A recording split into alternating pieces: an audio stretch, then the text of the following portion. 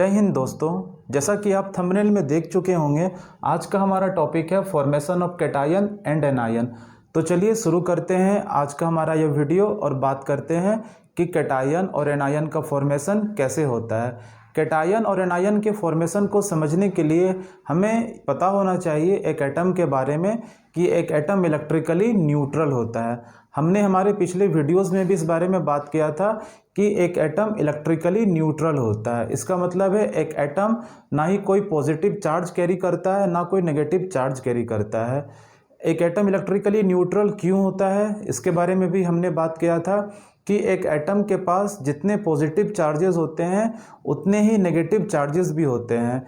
एक एटम में number of positive charges और number of negative charges completely equal होते हैं, यानी कि एक एटम में जितने प्रोटॉन्स होते हैं उतने ही नेगेटिवली चार्ज पार्टिकल्स यानी कि इलेक्ट्रॉन्स भी होते हैं। प्रोटॉन्स का पॉजिटिव चार्ज और इलेक्ट्रॉन्स का पॉजिटिव चार्ज एक दूसरे को काउंटर बैलेंस कर देता है और एक एटम न्यूट्रल बन जाता है। अब बात करते हैं आयन के बारे में। जब तक एक एटम न्यूट्रल होता है तब तक वो कोई पॉजिटिव या नेगेटिव चार्ज कैरी नहीं करता है, लेकिन अगर एक एटम पॉजिटिव या नेगेटिव चार्ज कैरी करने लगे तब हम उसे आयन कहते हैं। अगर एक एटम के पास पॉजिटिव चार्ज हो तो उसे हम कैटायन बोलते हैं और अगर उसके पास नेगेटिव चार्ज हो तो हम उसे एनायन कहते हैं। अब हम एक एक करके बात करेंगे कैटायन और एनायन के फॉर्मेशन के बारे में। स्टार्ट करते हैं कैटायन से। कैटायन का फॉर्मेशन कैसे होता है? कैटायन का फॉर्मेशन इलेक्ट्रॉन्स को डोनेट करने के वजह से होता है। जब कोई एटम इलेक्ट्रॉन को डोनेट कर देता है तो इलेक्ट्रॉन को डोनेट करने के वजह से वो एटम के पास एक पॉजिटिव चार्ज आ जाता है और तब हम उसे कैटायन बोलते हैं। यानी कि कैटायंस क्या होते हैं? कैटायंस पॉजिटिवली चार्ज्ड आयंस होते हैं। कैटायंस पॉजिटिवली चार्ज्ड आयंस होते हैं। और ये पॉजिटिवली चार्ज्ड आयंस का फॉर्मेशन कैसे होता है? ये पॉजिटिवली चार्ज्ड आयंस का फॉर्मेशन होता है इलेक्ट्रॉन्स को डोनेट करने के वजह से। यहाँ आपको इस बात का ध्यान रखना है कि कैटायंस मेटल्स होते हैं। क्यों मेटल्स होते हैं इसके बारे में भी हम बात करेंगे। अगर आप ध्यान दीजिएगा मेटल्स के इलेक्ट्रॉनिक कन्फिग्रेशन के ऊपर, तो मेटल्स हम अक्सर देख सकते हैं कि मेटल्स के लास्ट सेल में या फिर मेटल के वैलेंस सेल में 1, 2 या फिर 3 इलेक्ट्रॉन्स होते हैं। तो मेटल्स एक स्टेबल इलेक्ट्रॉनिक कन्फिग्रेशन को एक्वायर करने के लिए अपने लास्ट इलेक्ट्रॉन्स को जब डोनेट कर देता है तो उसमें इलेक्ट्रॉन्स का कमी हो जाता है, जिसके वजह से उसके ऊपर पॉजिटिव चार्ज जनरेट होता है और इस वजह से हम उसे कैटायंस बोलते हैं। एग्जाम्पल लेते हैं। फॉर एग्जाम्पल सोडियम का अगर बात करें तो कि जैसा कि आप जानते हैं कि सोडियम एक मेटल है जिसका सिंबल होता है Na।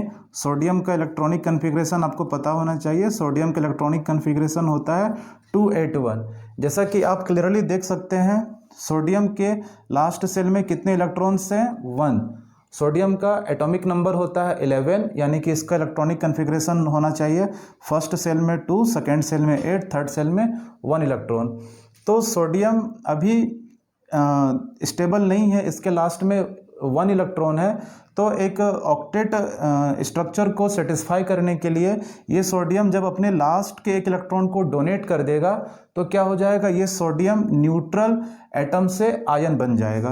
तो यहाँ पे सोडियम एक एटम है जिसके लास्ट सेल में 1 इलेक्ट्रॉन है, जिसके पास ना पॉजिटिव चार्ज है ना कोई नेगेटिव चार्ज है। इसके पास नंबर ऑफ पॉजिटिव चार्जेस और नंबर ऑफ नेगेटिव चार्जेस दोनों ही इक्वल है। सोडियम एटम के पास नंबर ऑफ पॉजिटिव चार्जेस कितने हैं? इसके पास नंबर ऑफ पॉजिटिव चार्जेस हैं 11, क्योंकि इसके पास 11 प्रोटॉन्स हैं। इसके पास नंबर ऑफ नेगेटिव चार्जेस कितने हैं? इसके पास नंबर ऑफ नेगेटिव चार्जेस भी 11 है, क्योंकि इसके पास 11 इलेक्ट्रॉन्स हैं, जिस वजह से सोडियम के पॉजिटिव और नेगेटिव चार्जेस एक दूसरे को काउंटर बैलेंस करेंगे और सोडियम एक इलेक्ट्रिकली न्यूट्रल एटम बनकर रहेगा। अब बात करते हैं सोडियम आयन के बारे में।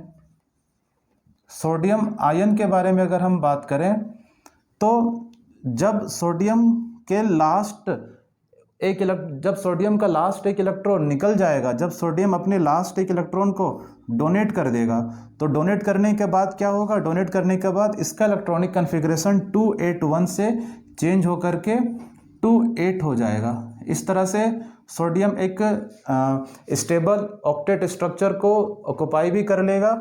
और इसके साथ साथ यहाँ पे हम देख सकते हैं कि यहाँ पे क्या होगा, सोडियम में एक एक्स्ट्रा पॉजिटिव चार्ज जनरेट हो जाएगा। वो एक्स्ट्रा पॉजिटिव चार्ज क्यों जनरेट होगा, जब सोडियम आयन था तो इसके पास कितने पॉजिटिव चार्ज थे, 11 पॉजिटिव चार्ज थे। सोडियम आयन में भी number of positive charges same ही रहेंगे। सोडियम के आयन में भी number of positive charge same रहेंगे। सोडियम जब एक एटम था, जब सोडियम एक न्यूट्रल एटम था, तो इसके पास 11 पॉजिटिव चार्ज थे। जब सोडियम आयन है तो भी इसके पॉजिटिव चार्ज में कोई भी चेंज नहीं होगा, क्योंकि सोडियम का पॉजिटिव चार्ज, सोडियम में पॉजिटिव चार्ज उसमें प्रेजेंट नंबर ऑफ प्रोटॉन्स की वजह से आ रहे हैं। किसी भी एटम में पॉजिटिव चार्ज उसके नंबर ऑफ प्रोटॉन्स के वजह से आ रहे हैं। जब आयंस का फॉर्मेशन होता है तो उसका नंबर ऑफ प्रोटॉन्स से कोई लेना देना नहीं है, उसका लेना देना सिर्फ इलेक्ट्रॉन्स से है। यहाँ पे सोडियम अगर अपने एक इलेक्ट्रॉन को डोनेट कर रहा है तो सोडियम के नंबर ऑफ इलेक्ट्रॉन्स कम होंगे, सोडियम के नंबर ऑफ नेगेटिव चार्जेस कम होंगे। तो सोडियम जब एटम था तो भी इसके पॉजिटिव चार्ज 11 है, सोडियम जब आयन बनेगा तो भी इसमें नंबर ऑफ पॉजिटिव चार्ज 11 ही होगा।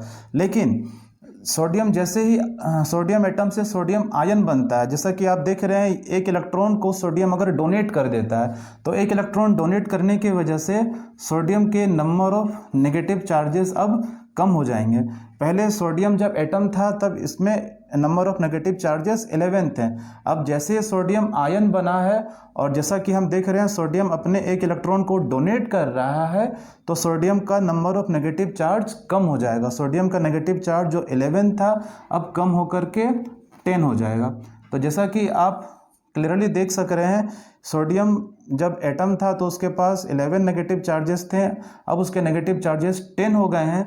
यानी कि सोडियम के पास कितने एक्स्ट्रा पॉजिटिव चार्ज हैं, सोडियम के पास एक एक्स्ट्रा पॉजिटिव चार्ज है। इसलिए अब सोडियम एटम से सोडियम आयन बन गया है, यानी कि अब ये एक एक्स्ट्रा पॉजिटिव चार्ज कैरी करेगा और इसे हम कैटायन बोल सकते हैं। क्यों? क्योंकि जैसा कि आप देख रहे हैं सोडियम के पास एक एक्स्ट्रा पॉजिटिव चार्ज है।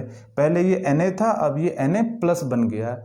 तो कुछ इस तरह से कैटायंस का फॉर्मेशन होता है। कैटायंस का फॉर्मेशन इलेक्ट्रॉन्स को डोनेट करने की वजह से होता है। कैटायंस पॉजिटिवली चार्ज्ड आयंस होते हैं और कैटायंस का फॉर्मेशन मेटल्स से होता है, क्योंकि मेटल्स के लास्ट सेल में 1, 2 या 3 इलेक्ट्रॉन्स होते हैं, जिन्हें डोनेट करने के बाद ऑक्टेट मतलब स्टेबल इलेक्ट्रॉनिक कन्फिग्रेशन को ऑक्युपाई करने के लिए मेटल्स अपने वैलेंस इलेक्ट्रॉन को डोनेट करते हैं, जिस वजह से मेटल्स न्यूट्रल से पॉजिटिवली चार्ज्ड आयंस यानी कि कैटायंस का फॉर्मेशन करते हैं। कैटायंस का फॉर्मेशन समझने के बाद अब हम बात करते हैं एनायंस के बारे में। एनायंस का फॉर्मेशन कैसे होता है? एनायंस का फॉर्मेशन इलेक्ट्रॉन्स को एक्सेप्ट करने की वजह से होता है। एनायंस का फॉर्मेशन इलेक्ट्रॉन्स को एक्सेप्ट करने की वजह से होता है। अगर कोई atom stable electronic configuration occupy करने के लिए अगर इलेक्ट्रॉन्स को एक्सेप्ट कर रहा है, अगर आपको पता है इलेक्ट्रॉन्स क्या चार्ज कैरी करते हैं, इलेक्ट्रॉन्स नेगेटिव चार्ज कैरी करते हैं। तो अगर कोई एटम इलेक्ट्रॉन्स को एक्सेप्ट कर रहा है तो वो एटम जितने इलेक्ट्रॉन्स को एक्सेप्ट करेगा उतने उसके पास एक्स्ट्रा नेगेटिव चार्जेस आएंगे। तो यानी कि एनायंस क्या होते हैं? एनायंस नेगेटिवली चार्ज्ड पार्टिकल्स होते हैं, नेगेटिवली चार्ज्ड आयंस होते हैं। एनायंस नेगेटिवली चार्ज्ड आयंस होते हैं। और एनायंस का फॉर्मेशन कैसे होता है? एनायंस का फॉर्मेशन नॉन मेटल्स से होता है। नॉन मेटल्स के इलेक्ट्रॉनिक कन्फिग्रेशन के ऊपर अगर हम ध्यान देंगे तो हम देखेंगे कि नॉन मेटल्स के लास्ट सेल में यानी कि वैलेंस सेल में 4 या 4 से ज़्यादा इलेक्ट्रॉन्स हैं। For example carbon, for example chlorine. तो एक non metal stable electronic configuration को ऑक्युपाई करने के लिए जब इलेक्ट्रॉन्स को वो एक्सेप्ट करता है तो जितने इलेक्ट्रॉन्स को वो एक्सेप्ट करता है उतने उसके पास नेगेटिव चार्जेस आते हैं और इस तरह से उसके वो एक एनायन बन जाता है। हम एग्जाम्पल लेते हैं। फॉर एग्जाम्पल क्लोरीन का अगर बात करें, क्लोरीन जिसका सिंबल होता है Cl, हम जानते हैं क्लोरीन का एटॉमिक नंबर कितना होता है 17, यानी कि क्लोरीन का इलेक्ट्रॉनिक कन्फिग्रेशन क्या हो जाएगा 2 8 7। क्लोरीन के फर्स्ट सेल में 2 इलेक्ट्रॉन्स, सेकेंड सेल में 8 इलेक्ट्रॉन्स और लास्ट सेल में 7 इलेक्ट्रॉन्स। तो जैसा कि आप देख रहे हैं क्लोरीन का ये इलेक्ट्रॉनिक कन्फिग्रेशन एक अनस्टेबल इलेक्ट्रॉनिक कन्फिग्रेशन है। अगर क्लोरीन एक और इलेक्ट्रॉन को एक्सेप्ट कर लेता है तो इसके लास्ट सेल में 7 इलेक्ट्रॉन्स से एक इलेक्ट्रॉन इंक्रीज होकर के लास्ट सेल में भी 8 इलेक्ट्रॉन्स हो जाएंगे। यानी कि अगर क्लोरीन एक इलेक्ट्रॉन को एक्सेप्ट करेगा तो वो एक स्टेबल ऑक्टेट इलेक्ट्रॉनिक कन्फिग्रेशन को ऑक्युपाई कर लेगा।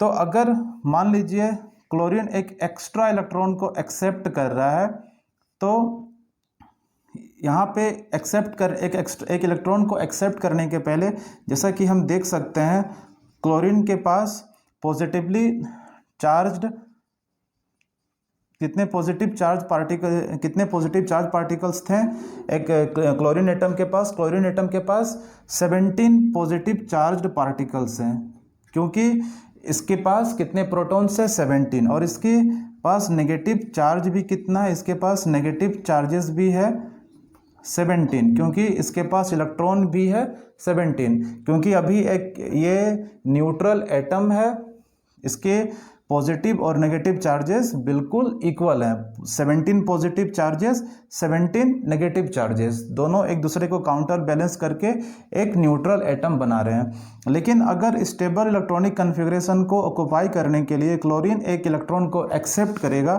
तो क्या होगा, तो ये क्लोरीन एटम से क्लोरीन आयन बन जाएगा। यानी कि इलेक्ट्रॉन को एक्सेप्ट करने के पहले इसका इलेक्ट्रॉनिक कन्फिग्रेशन था 2 8 7, लेकिन एक एक्स्ट्रा इलेक्ट्रॉन का अगर ये एक्सेप्ट कर रहा है तो इसका न्यू इलेक्ट्रॉनिक कन्फिग्रेशन क्या हो जाएगा 2 8 8। जैसा कि हम देख रहे हैं पहले इसके लास्ट सेल में 7 इलेक्ट्रॉन्स थे जब ये एटम के फॉर्म में था, लेकिन अब इसके लास्ट सेल में 8 इलेक्ट्रॉन्स हैं क्योंकि इसने एक एक्स्ट्रा इलेक्ट्रॉन को एक्सेप्ट किया है। तो इसके पॉजिटिव चार्जेस तो अभी भी सेम ही रहेंगे, क्योंकि हम बात कर चुके हैं कि आयंस के फॉर्मेशन में प्रोटॉन्स का कोई कंट्रीब्यूशन नहीं होता है। लेकिन क्या इसके नेगेटिव चार्जेस भी 17 ही होंगे? जी नहीं, इसके नेगेटिव चार्जेस में अब चेंज आएगा। पहले इसके पास 17 नेगेटिव चार्जेस थे, लेकिन जैसे ही क्लोरीन एक एक्स्ट्रा इलेक्ट्रॉन को एक्सेप्ट करेगा तो इलेक्ट्रॉन के साथ ये एक नेगेटिव चार्ज भी इसके पास एक्स्ट्रा आएगा और इसका नेगेटिव चार्ज 17 से बढ़कर 18 हो जाएगा। तो जैसा कि आप देख सकते हैं क्लियरली क्लोरीन आयन के पास एक एक्स्ट्रा नेगेटिव चार्ज है। तो अब ये क्लोरीन एटम से क्लोरीन आयन है, यानी कि Cl अब एक नेगेटिव चार्ज कैरी करेगा और इसे Cl माइनस हम बोलेंगे, यानी कि क्लोरीन एक एनायन है। तो यानी कि एनायंस क्या होते हैं? एनायंस वो होते हैं जो इलेक्ट्रॉन्स को एक्सेप्ट करने की वजह से जिनका फॉर्मेशन होता है। एनायंस नेगेटिवली चार्ज्ड आयंस होते हैं और एनायंस का फॉर्मेशन नॉन मेटल्स के वजह से होता है। उम्मीद करता हूँ आज का ये टॉपिक आप सभी को समझ में आया होगा कि कैटायंस और एनायंस का फॉर्मेशन कैसे होता है। अगर समझ में आया है तो प्लीज़ इस वीडियो को लाइक करें, हमारे चैनल को सब्सक्राइब करें।